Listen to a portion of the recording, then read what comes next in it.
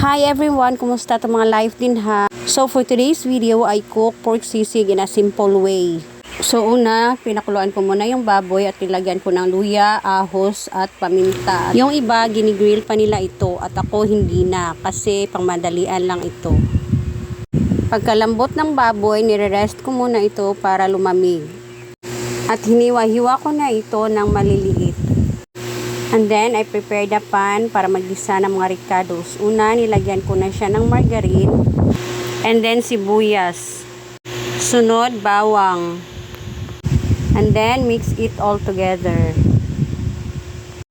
And then, black pepper. Gusto ko kasi ma-mix na siya sa bawang at sibuyas. Para dagdag aroma.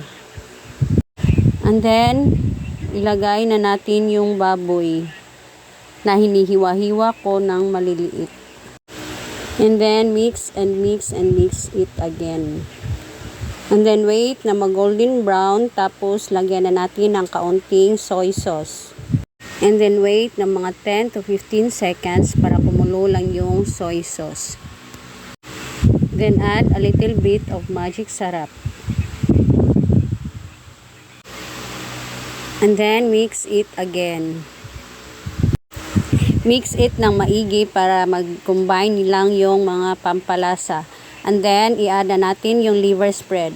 Yung liver spread na nasa lata lang ang inilagay ko kasi yun lang ang meron ako. Then, mix it again na walang sawang pagmi-mix. Kasi every time you mix it, mas lalong sumarap yung mga luto ninyo. Kasi may halong effort at pagmamahal yan. Char lang. Pero totoo, di ba? Oh, see that? It looks so yummy. At ilagay na natin yung oyster sauce. And then, mix again. Again and again. Lagyan na natin ng mayonnaise. At depende sa inyo kung gaano kadami ang ilalagay ninyo. At isusunod na natin ang siling haba. At kaunti lang yung inilagay ko kasi may mga batang kakain ito. At depende na sa inyo kung anong level ang gusto ninyong anghang.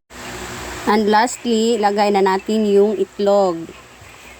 Para dagdag pampalasa at ganda ng ating luto. Char lang. Pagkatapos, paghaluin na natin lahat. O, diba? See? Mas lalong sumarap tingnan ang ating luto.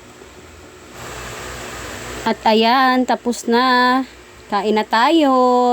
Look at that. So yummy. Wow. Okay, bye. Ingat and God bless.